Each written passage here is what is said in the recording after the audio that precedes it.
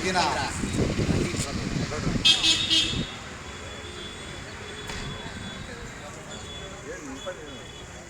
ಈ ದಿನ ಶ್ರೀರಂಗಪಟ್ಟಣ ಅಂತ ಹೇಳಿದ್ರೇ ಸರ್ವಜನಾಂಗದ ಶಾಂತಿಯ ತೋಟ. ಹಾಗಾಗಿ ಡಾಕ್ಟರ್ BR ಅಂಬೇಡ್ಕರ್ ಅವರ ವೃತ್ತದಲ್ಲಿ ನಾವು ಈ ತೀರ ಸನ್ಯಾಸಿಯಾದಂಥ ನಮ್ಮ ವಿವೇಕಾನಂದರ ಜಯಂತಿಯನ್ನು ನಾವಿಲ್ಲಿ ಆಚರಣೆ ಮಾಡಲಾಗಿ ಅವರು ಒಂದು ಮಾತನ್ನು ಹೇಳ್ತಾರೆ. ನಿನ್ನೆ ವೆಂಕಟೇಶಣ್ಣ ಅವರು ಒಂದು ಸೋಷಿಯಲ್ ಮೀಡಿಯಾದಲ್ಲಿ ಒಂದು ಇದನ್ನು ಕೊಟ್ಟರು. ಯುವಕರನ್ನ ಯಾವ ರೀತಿ ಆವತ್ತಿನ ದಿನದಲ್ಲಿ ಅವರು ಒಂದು ಸ್ವಾತಂತ್ರ್ಯ ಹೋರಾಟವೇ ಇರ್ಬೋದು ಅಥವಾ ಅವರ ವೈಯಕ್ತಿಕ ಬದುಕಿನ ಹೋರಾಟವೇ ಇರ್ಬೋದು, ಅಂಥದ್ದಕ್ಕೆ ಒಂದು ಕರೆಯನ್ನು ಕೊಡ್ತಾರೆ.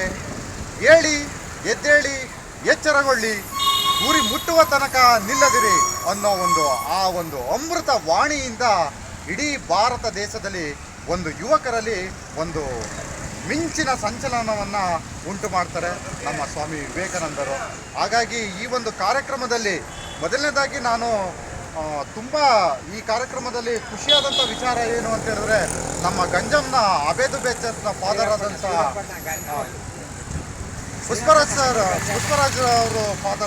ಪುಷ್ಪರಾಜರವರು ಇಲ್ಲಿಗೆ ಬಂದಿದ್ದಾರೆ. ಸ್ವಾಮಿ ವಿವೇಕಾನಂದರು ಅವರು ವಿದೇಶ ಪ್ರಯಾಣಗಳಲ್ಲಿ ಬಳಸ್ತಾ ಇದ್ದದ್ದು ಎರಡೇ ಪುಸ್ತಕಗಳು.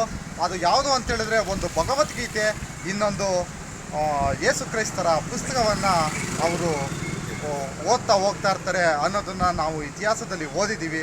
ಹಾಗಾಗಿ ಈ ಒಂದು ಕಾರ್ಯಕ್ರಮದಲ್ಲಿ ನಮ್ಮ ವಿವೇಕಾನಂದರ ಜಯಂತಿಗೆ ಬಂದಿರತಕ್ಕಂಥ ಫಾದರ್ ಪುಷ್ಪರಾಜ್ ಸರ್ ಅವರಿಗೆ ಮೊದಲನೇದಾಗಿ ನಾನು ಧನ್ಯವಾದಗಳನ್ನು ಅರ್ಪಿಸ್ತಾ ಇದ್ದೀನಿ.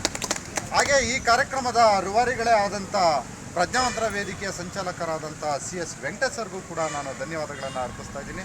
ಹಾಗೆ ಮುಸ್ಲಿಂ ಸೌಹಾರ್ದ ವೇದಿಕೆ ಅವರು ನಿನ್ನೆ ಅಷ್ಟೇ ಒಂದು ಫೋನಿನ ಕರೆಯಲ್ಲಿ ನಾವೆಲ್ಲ ಈ ಒಂದು ಕಾರ್ಯಕ್ರಮದಲ್ಲಿ ಭಾಗಿಯಾಗೋಣ ಅಂತೇಳಿ ಅವರೊಂದು ಸಮೂಹನೇ ಈ ಒಂದು ಕಾರ್ಯಕ್ರಮದಲ್ಲಿ ಬಂದಿದೆ. ಹಾಗಾಗಿ ಮುಸ್ಲಿಂ ಸೌಹಾರ್ದ ವೇದಿಕೆಯ ಅಧ್ಯಕ್ಷರಾದಂಥ ಅಫ್ಸರ್ ಸರ್ ಹಾಗೆ ಕಾರ್ಯದರ್ಶಿಗಳಾದಂಥ ಅಯ್ಯೂಬ್ ಸರ್ಗೂ ಕೂಡ ನಾನು ಧನ್ಯವಾದಗಳನ್ನು ಅರ್ಪಿಸ್ತಾ ಇದ್ದೀನಿ.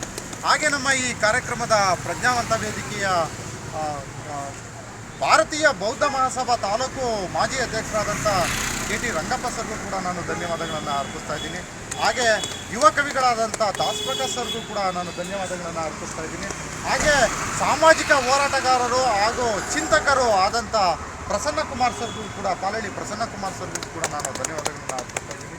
ಹಾಗೆ ಈ ಕಾರ್ಯಕ್ರಮಕ್ಕೆ ಬಂದಿರತಕ್ಕಂಥ ಮೋಹನ್ ಸರ್, ಅಂತರಾಜ್ರು, ಜೋಸಫ್ ಇವ್ರಿಗೂ ಕೂಡ ನಾನು ಧನ್ಯವಾದಗಳನ್ನು ಅರ್ಪಿಸ್ತಾ ಈ ಒಂದು ಮತ್ತೊಮ್ಮೆ ನಾನು ಸ್ವಾಮಿ ವಿವೇಕಾನಂದರ ಜನ್ಮದಿನದ ಶುಭಾಶಯಗಳನ್ನು ನನ್ನೆಲ್ಲ ಶ್ರೀರಂಗಪಟ್ಟಣದ ಜನತೆಗೆ ಅರ್ಪಿಸ್ತಾ ನಾನು ಮಾತನ್ನು ಮುಗಿಸ್ತಾ ಇದ್ದೀನಿ. ಧನ್ಯವಾದಗಳು.